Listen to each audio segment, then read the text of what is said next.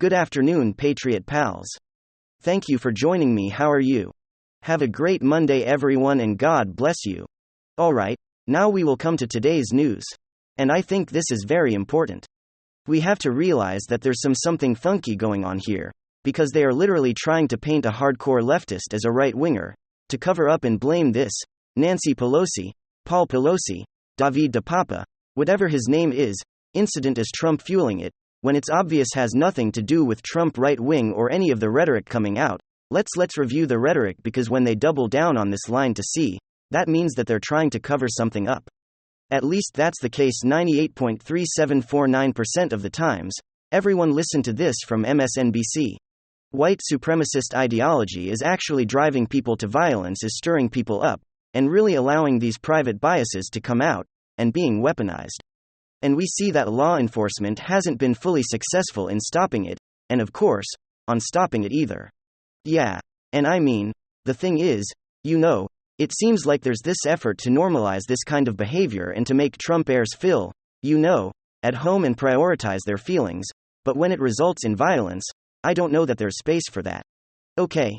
And it's separating the GOP. Yeah. MSNBC is a total dumpster fire train wreck. MSNBC, as typically across, says there's an effort to normalize political violence to make Trumpers feel at home. This guy wasn't a Trumper, but they want us to think that he is. Rob Reiner is out there claiming that President Trump is directly responsible for the attack on Paul Pelosi. And he's calling for an indictment over this director.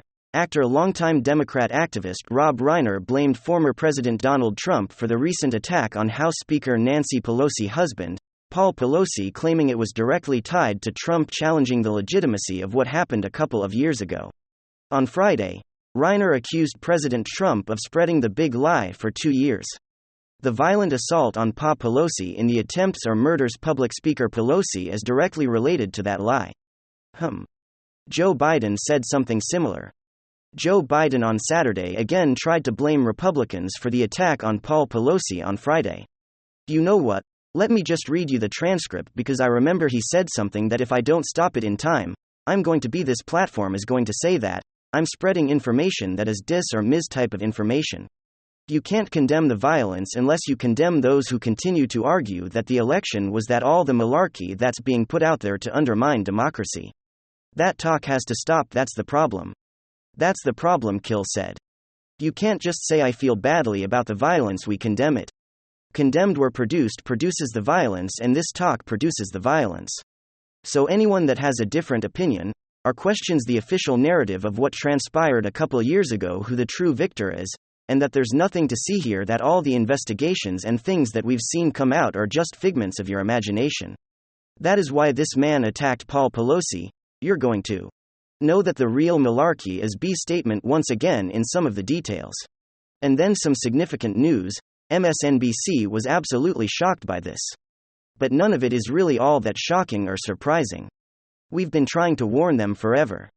You far-left boids continue to push further and further and further left.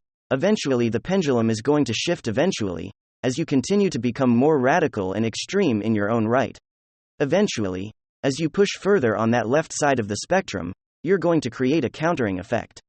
Every action has an equal and opposite reaction. This exists in the world of physics and chemistry, but it also exists in the world, the culture and society, and we've been trying to warn them. The notion is that the right is becoming extreme. But really, if you take a look at actual political stances, American conservatism, if anything, has become more moderate, trending a little bit more to the center, at least on certain issues, especially social issues. Meanwhile, the left has gotten so damn far left. They're basically now openly advocating for communism. And it's not only in policy and monetary policy in government, but in terms of social policy as well, advocating for things like gender surgery for young children, or abortion all the way up to 9 months.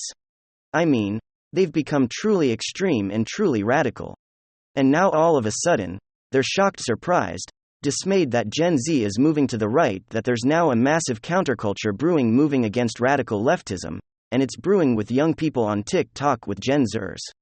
What did you think was going to happen? The idea that anybody should be surprised here is a laughable notion. Anybody who's slightly intelligent and understands basic human society should not be surprised by this in the slightest. But of course MSNBC is, and let me show you guys exactly what I mean by that. Alright, folks, take a look at this MSNBC pollster shocked that Gen Z people in focus group are hostile towards feminism. Quote, very extremist. Once again, what it feels like is that the left is late to the party. They're always 5 years behind. As you know, I feel like leftists in general can be categorized as being a little bit more emotional and short-sighted. They get so caught up in the now and in these emotional narratives that they lose vision of whatever's beyond right in front of them. They get caught up in these immediate narratives. They get emotional, and they don't think about the long-term consequences. They don't think of what's going to happen 5 years down the line. And that's why over and over again, just like the defund the police movement, and all of these other ridiculous movements, I think it's a great idea in the moment. They get caught up in the activism and in the emotional pull, and then once everything goes to crap or goes to hell in a handbasket, then they start to pull back and go, whoa, maybe there wasn't such a good idea. Well, we've been telling you from the start, you are going so extreme radical left, especially when it comes to these young movements, that there's going to be an opposite counterculture reaction. And the more extreme left you go, the more extreme right the reaction is going to be. That's what we've been saying for forever. And the only people who are surprised by this are leftists who don't exist outside of their own little bubbles. I mean, what do you think's going to happen when you try to reform biology and start this massive cultural craze of children online? I on TikTok posting videos about being frog. People call me frog self. My pronouns are frog frogs and frog self. Oh, today I'm feeling like a cake. Call me cake cakes and cake self.